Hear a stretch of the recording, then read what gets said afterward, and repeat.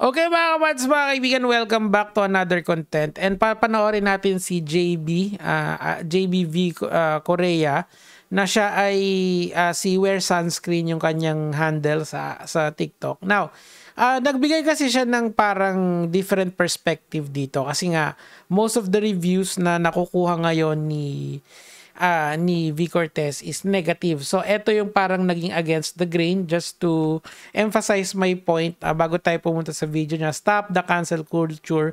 Mas maging mabait online. Free lang naman mabait. I'm sure may explain niya ni at V. Cortez. It seems, now, TLDR lang bago tayo pumunta ulit kasi napanood ko na to.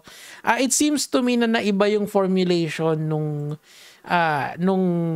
ginawa ni V. Siguro, in-adjust nila yon para sa mga buntis. Kasi nga buntis si V and gusto niya, yung product niya is for everyone. Diba? Hindi naman masama maging maganda or protektahan yung sarili mo kapag ikaw ay buntis sa araw. Diba? Now, sabi nyo kasi na kailangan daw yung sunscreen.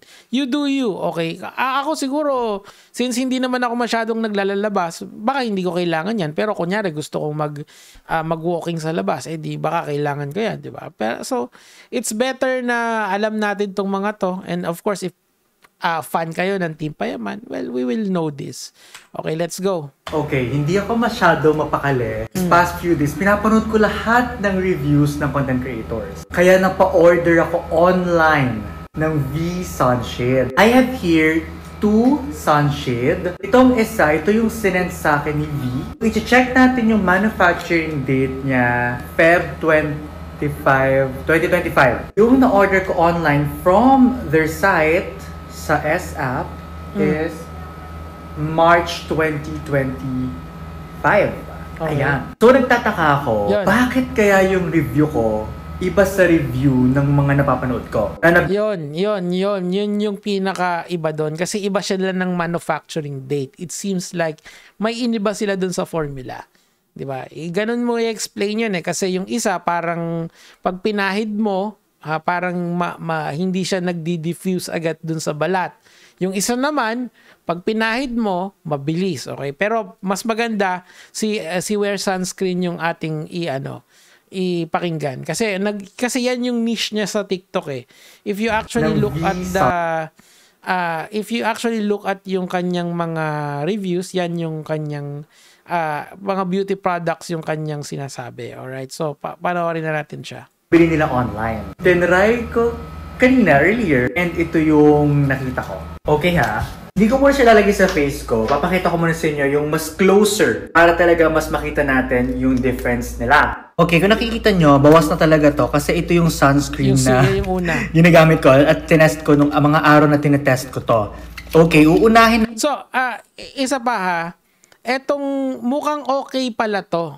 Itong sunscreen na to kasi yan yung ginagamit niya. Sinasabihan kasi siyang bias ngayon nung mga tao pero ginagamit niya, kita niyo ubos di ba? And matagal niya nang ni-review to nung February pa.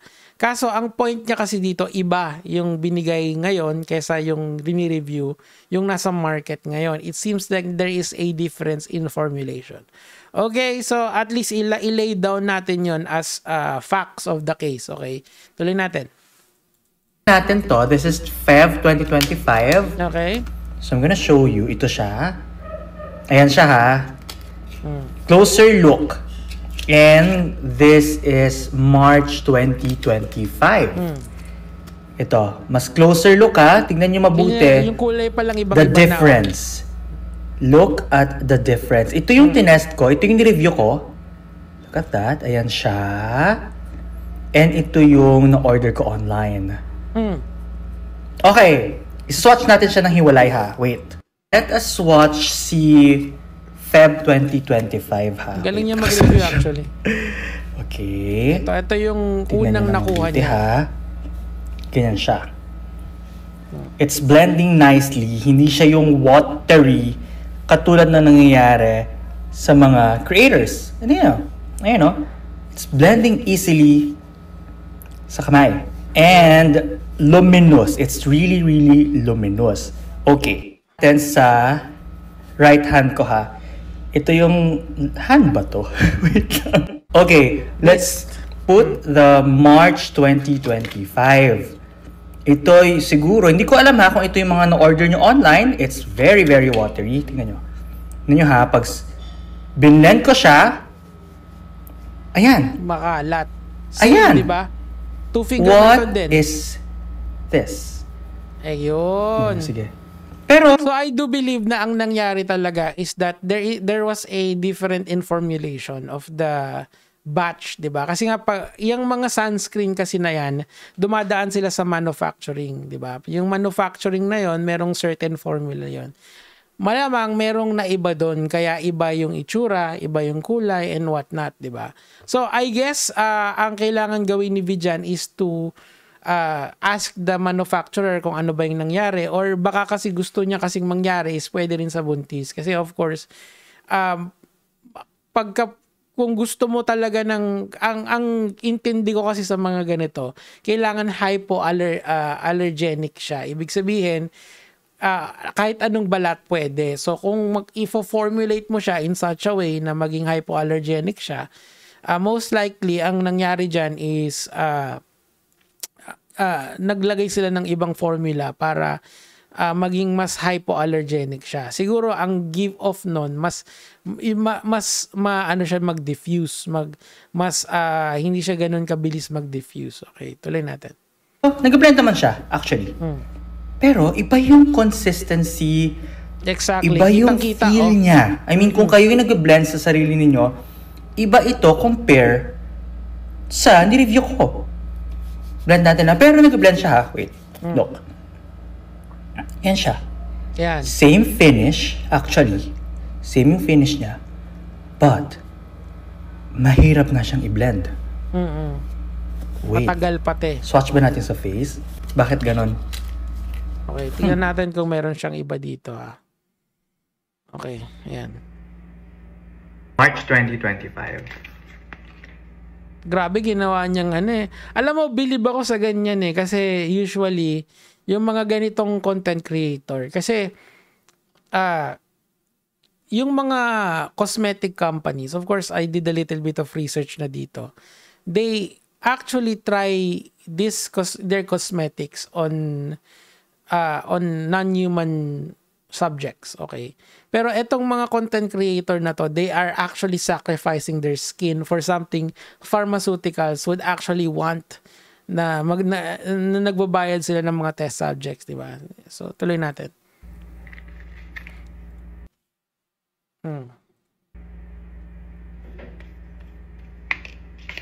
Galing niya mag-review actually. Actually, minsan nadadaan siya sa FYP ko pagka kita niyo naman yung skin ko, di ba? Hindi na mukhang burak. Ayan. Ito yung March 2025, okay?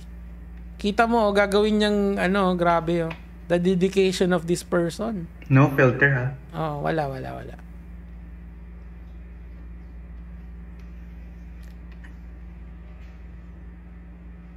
Tapos yung isa naman yung gagamitin niya. Matagal nga mag-blend. Okay. Punasan natin to. Nalagay siya sa kamay ko. Look, pero punasan natin to be fair with the Feb 2025. I'll be back. Okay. This is Feb 2025. Yan, sa kabilaan naman, grabe, the dedication of this person. I-forward na natin ng konti, No, and siya. Ayan. Nag-blend. It blends. Tapos sasabihin niya, hindi ako honest. Ang ganda niya.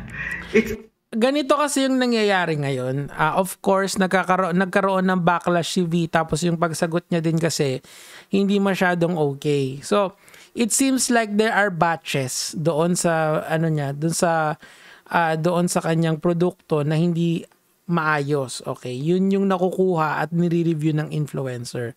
Kung ilan yung sample set nun, it seems like there's a lot of it. Nasabi ko yun kasi there's a lot of reviews na same yung sinasabi.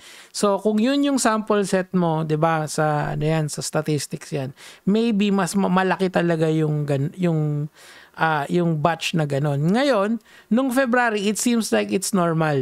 Normal yung naging distribution ng produkto kasi walang bad review, di ba? So, I guess, ang kailangan lang gawin ni V dito is to check the formula. Malamang yun yung naiba. Kasi si Swear sunscreen naman, yan din yung ginagamit niya. As she said, di ba? Sabi niya ganon, eto yung ginagamit ko. Okay naman sa kanya. But, yung lumabas na batch mo ang hindi okay. Tuloy lang natin and let her finish yung kanyang review. It's actually okay. It's not the best, but it's okay.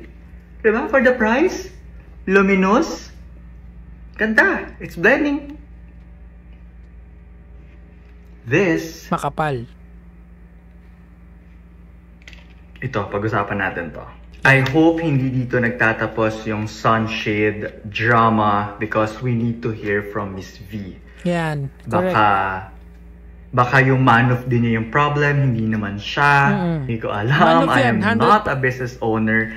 And lalo... Ako, yung chemist niya yung kausapin niya din. Di ba sa ano kasi, sa product line kasi may iba-iba kang engineers dyan. Meron kang... And meron din mga ibang, dun sa ganyan, yung chemist yung kakausapin mo dyan. So, ano bang nangyari dun? So, hopefully masagot yan ni V in time. Okay? Pero let's give everyone a chance, mga kamatis, mga kaibigan, to answer. Ito kasi, product kasi ito eh. Hindi ito something drama, hindi ito personal. It's the product na binibenta sa tao. Tuloy natin. Lalong hindi ako yung may-ari ng V-Line Cosmetics. So, hindi yan ba yan? Wala akong right para mag-explain kung ano. I'm just here to share my honest experience. Okay. I hope we're clear. Ayun lang. I love you. Ayan, very good to. I like the review. Honest, napaka-honest nyo dito. Anyway, we will continue this, etong sunscreen issue na to, tas hanggang sa makita natin yung solusyon. Yan lang naman yung sa akin for today, gaya mga lods.